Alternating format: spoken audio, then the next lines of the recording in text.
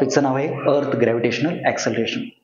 टॉपिकला सुरू करण्याच्या अगोदर आपण पाठीमागचा पॉईंट पाहू. पाठीमागच्या पॉईंटमध्ये आपण असं पाहिलं की पृथ्वी तिच्या जवळ असणाऱ्या प्रत्येक वस्तूला स्वतःच्या केंद्राकडे वळते, त्यालाच आपण काय म्हणतो, अर्थ ग्रॅव्हिटेशनल फोर्स असं म्हणतो. ओके, आता पहिला पॉईंट आहे बघा, ॲक्सेलरेशन. ॲक्सेलरेशन म्हणजे काय हे आपण पहिल्यांदा समजून घेऊ आणि नंतर आपण आपल्या पॉईंटला सुरुवात करू.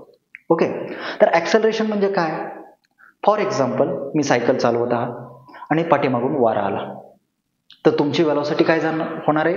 वाढणार आहे. म्हणजे तर 2 मीटर पर सेकंद असेल तर ती होऊन 4 मीटर पर सेकंद होईल. म्हणजेच तुमचं काय घडून आलं? ॲक्सेलरेशन घडून आलं. तिथं तुमची वेलॉसिटी काय झाली? वाढली. म्हणजेच काय घडून आलं? Positive acceleration. जिथं जिथं वेलॉसिटी काय झाली? वाढली, त्याला आपण म्हणतो पॉझिटिव्ह ॲक्सेलरेशन. फॉर एक्झाम्पल, तुम्ही सायकल चालवत आहात आणि अपोजिट डायरेक्शननी हवा येत असेल, वारा येत असेल, तर तुमची वेलॉसिटी काय होणार आहे? वाढणार आहे. का? तर तुम्हाला अपोजिट डायरेक्शननी फोर्स लागतोय, तुमची वेलॉसिटी कमी होणार आहे. ओके, तुमची वेलॉसिटी काय होणार आहे? कमी होणार आहे. त्यामुळं तुमचं काय घडून येणार आहे? डिसॲक्सेलरेशन. ओके, तर काय पाहिलं आपण? ॲक्सेलरेशन म्हणजे काय?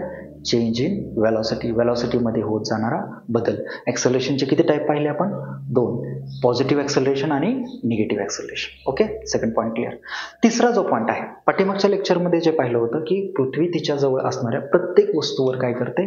फोर्स ॲक्ट करते. तसंच आपण काय केलं? एक ऑब्झर्वेशन केलं होतं. एक ऑब्जेक्ट वरती टाकला आणि हा ऑब्जेक्ट इथपर्यंत पोहोचला आणि नंतर तो कुठं आला? खाली आला. असं का घडलं? तर त्या ऑब्जेक्टला कंटिन्युअसली काय होत होता?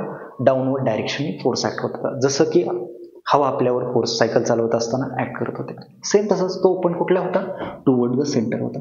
त्यामुळं सुरुवातीला ज्यावेळेस मस्क्युलर फोर्स लागला, त्यानंतर तो ऑब्जेक्ट हळूहळू त्याची सुरुवातीला जास्त होता, पण हळूहळू त्याला डाऊनवर्ड डायरेक्शनने ओढलं गेलं आणि त्याची वेलॉसिटी किती झाली? 0 झाली. म्हणजेच इथून वरती जात असताना त्याची वेलॉसिटी काय झाली? कमी झाली. म्हणजे त्याचं कुठलं ॲक्सेलरेशन घडलं? निगेटिव्ह ॲक्सेलरेशन, डिसॲक्सेलरेशन घडलं. म्हणजे याची वेलॉसिटी कमी झाली. त्याच्या उलट ज्यावेळेस तो वरून खाली येत होता, त्यावेळेस त्याची वेलॉसिटी काय झाली? वाढली. म्हणजेच त्याचं कुठलं ॲक्सेलरेशन घडून आलं? Positive acceleration. ओके, वरती जात असताना निगेटिव्ह ॲक्सेलरेशन, खाली येत असताना पॉझिटिव्ह ॲक्सेलरेशन, त्याची वेलॉसिटी काय झाली? वाढली.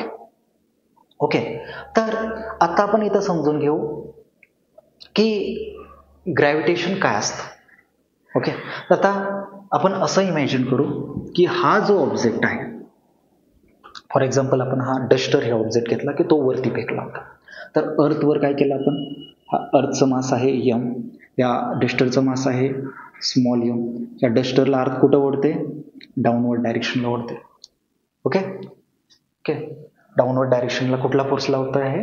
ग्रॅव्हिटेशनल फोर्स लावत आहे. तर इक्वेशन काय तयार होईल आपलं? न्यूटन्स युनिव्हर्सल लॉनुसार F equal to capital G capital M small m upon आरचा स्क्वेअर. आर म्हणजे सेंटरपासून ते इथपर्यंतचा डिस्टन्स.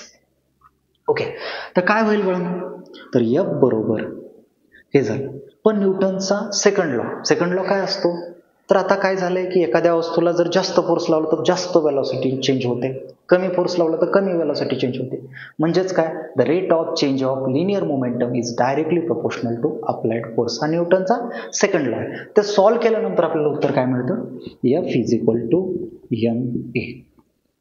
इक्वेशन फर्स्ट झालं, इक्वेशन सेकंड झालं. हे आणि हे कसं दाखवू आपण? इक्वल दाखवू. तर काय होईल?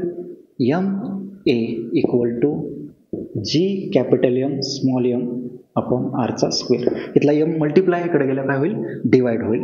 तर एकमेकांना काय होतील? कॅन्सल होतील. a म्हणजेच a equal to gm upon R square. Okay, आता हा प्रश्न आहे, इथं a आला. हा a आहे काय? मग हे a म्हणजे काय आहे? ॲक्सेलरेशन. ॲक्सेलरेशन म्हणजे काय? Change in velocity. पण हे ॲक्सेलरेशन कोणामुळे घडलंय?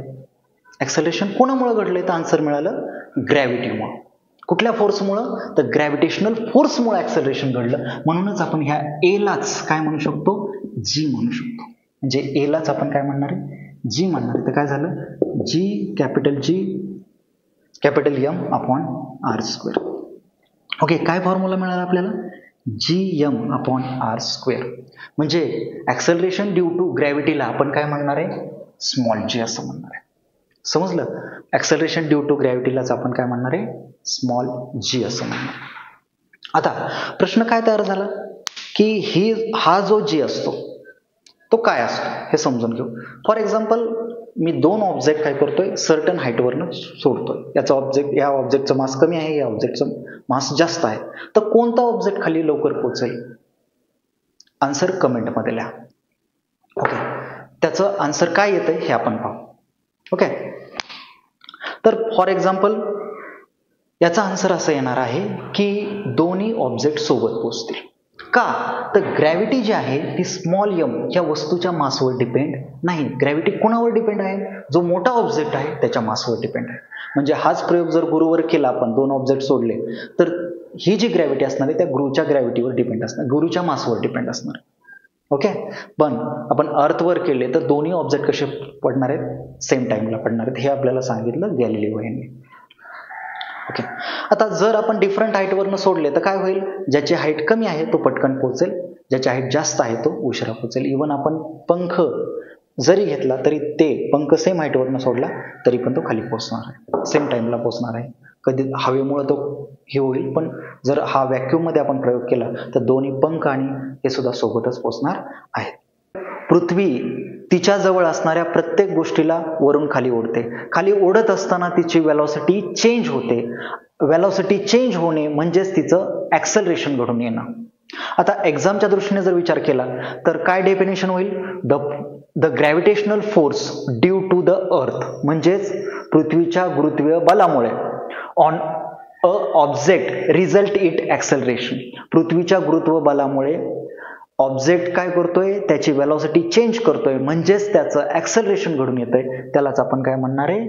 अर्थ ग्रॅव्हिटेशनल ऍक्सेलरेशन. आता आतापर्यंत आपण काय पाहिलं की वरती जात असताना त्याची जी किंमत जी आहे ती निगेटिव्ह घेतली जाते. का? तर वरती जात असताना वेलॉसिटी काय होते? कमी कमी होत जाते. त्यामुळे वरती जात असताना जी निगेटिव्ह घेणार आपण. त्याच्या उलटा जर खाली येत असताना जीची किंमत काय होते? म्हणजे ऍक्सेलरेशन कसं घडून येतंय? तर पॉझिटिव्ह घडून येतंय. म्हणून वरून खाली येत असताना जी काय घेतला जाणार? पॉझिटिव्ह घेतला जाणार. त्यानंतर जी हे स्केलर क्वांटिटी का वेक्टर? तर आन्सर आहे वेक्टर. का वेक्टर आहे? It is a vector quantity. का? तर ऍक्सेलरेशन ही जी आहे ती वेक्टर क्वांटिटी आहे. ओके, नंतर याचं युनिट काय आहे? तर मीटर पर सेकंडचा स्क्वेअर. धन्यवाद.